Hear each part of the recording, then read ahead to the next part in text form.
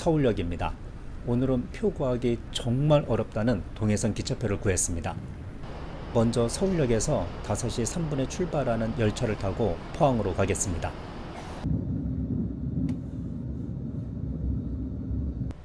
(7시 23분에) 포항역에 도착했습니다. 25분 포항역에 머물렀고요. 이곳에서 7시 48분에 출발하는 동해선 기차 누리호를 타겠습니다.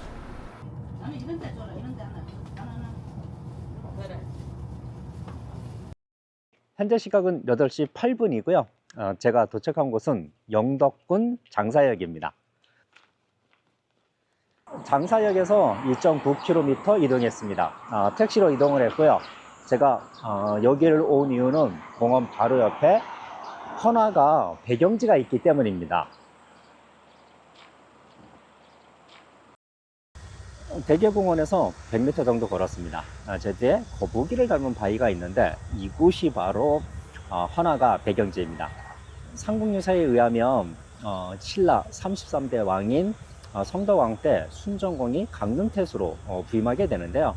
수로 부임과 함께 경주에서 이틀 정도 지난 시점에 이곳에 도착하게 됩니다.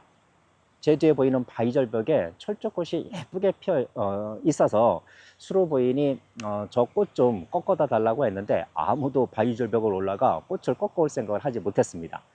이때 소를 끌고 가던 한 노인이 나타나 나를 부끄러워하지 않으냐? 내가 저 꽃을 당신에게 꺾어 바치겠다고 합니다. 노인이 절벽에서 꽃을 꺾어와 수로 부인에게 드리면서 가사도 지어 바쳤는데 그 가사는 이렇습니다. 자줏빛 바위가에 잡고 있는 암소 놓게 하시고 나를 아니 부끄러워하시면 꽃을 꺾어 바치오리다. 헌화가 배경지를 잠시 둘러보았습니다. 이곳에서 2km 떨어진 곳에 장사 상륙작전의 숨은 공로자들을 기리기 위한 기념관이 있습니다. 이제 그 기념관으로 가보겠습니다. 장사 해수욕장에 도착했습니다. 탁 트인 동해가 가슴을 시원하게 해줍니다.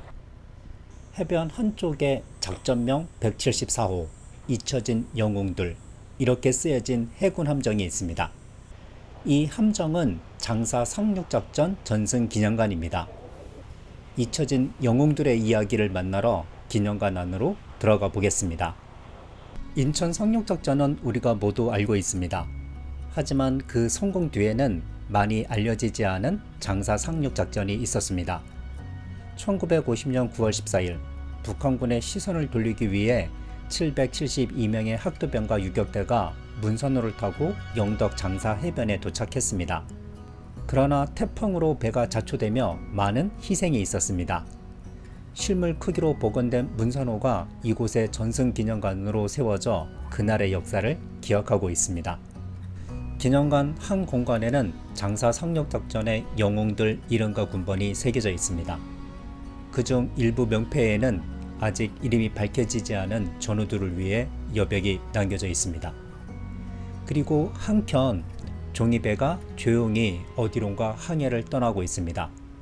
이 공간은 아픔을 간직한 학도병들을 위로하고 그들이 남긴 평화와 희망의 의미를 조명하기 위해 만들어졌습니다.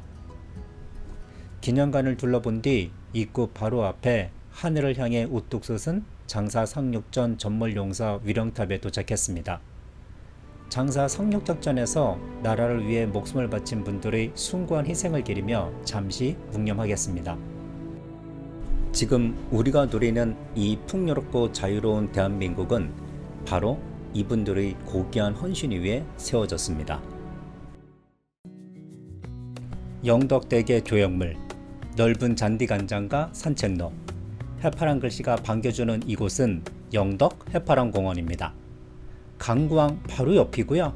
장사 해수욕장과는 10.8km 거리입니다. 바다를 보며 산책하기 좋은 곳으로 바다 옆으로 조성된 산책로 길이는 550m입니다. 오늘 저는 영덕을 택시로 여행하고 있습니다. 영덕군에서 제 택시비의 60%를 지원해주고 있는데요. 일명 영덕 관광택시 타보게입니다. 이 프로그램은 영상 후반부에 안내해 드리겠습니다.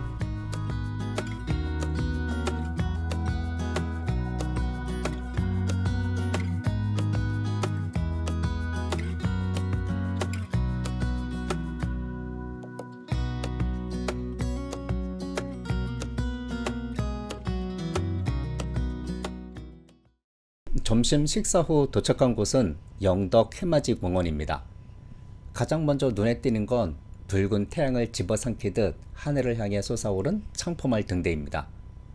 거대한 대게 집게발 모양의 이 등대는 그 모습만으로도 강한 인상을 남깁니다. 이곳은 해파람 공원에서 9km 떨어진 곳이고요. 등대 위 전망대에 오르면 탁 트인 동해바다는 물론이고 길게 이어진 해안을 따라 펼쳐지는 해안 절벽과 산이 어우러진 웅장하고도 드라마틱한 풍경을 한눈에 감상할 수 있습니다. 영덕에 오신다면 창포말 등대는 꼭 한번 들러보시길 추천드립니다. 그리고 서쪽으로는 거대한 풍력발전기들이 들어선 풍력단지가 한눈에 들어옵니다. 하지만 안타까운 풍경도 있습니다. 지난 3월에 발생한 산불의 흔적이 아직도 이곳에 남아 있습니다. 등대 주변의 솔숲은 검게 그을린 채 당시의 상처를 고스란히 안고 있습니다. 아름다운 풍경 속에 남겨진 이 흔적이 마음을 아프게 합니다. 바다 쪽으로 내려왔습니다. 바로 앞쪽에 약속바위가 보이고 있는데 약속바위를 보고 오도록 하겠습니다. 왼손 주먹에 새끼손가락만 펼친 모양, 바로 그 모습 그대로 생긴 약속바위 앞에서 사진 한 장 남기고요. 바위 주변을 둘러보면 바닷물이 깎아낸 다양한 침식 지형들이 눈에 들어옵니다. 이곳의 정식 명칭은 영덕 하강 성노감 해안입니다. 바로 여기 있는 바위들이 약 2억 년 전에 만들어진 화강 섬노감이기 때문에 붙여진 이름이죠. 창포말 등대에서 걸어서 단 2, 3분이면 수억 년 전 지질의 흔적과 함께 멋진 바다 풍경을 만날 수 있습니다. 해맞이 공원에서 11.7km를 달려 도착한 이곳. 길게 이어진 방파제 끝에 선명한 빨간 등대가 푸른 바다를 배경삼아 우뚝 서 있습니다. 멀리 이어지는 해안선, 방파제 옆으로 정박해 있는 작은 어선들까지 이 풍경은 마치 한편의 영화처럼 고요하고 평화롭습니다. 여기는 노물리 방파제입니다. 노물리 방파제에서 발길을 조금만 옮기면 깎아지른 해안 절벽 사이를 따라 이어지는 멋진 산책로가 펼쳐집니다.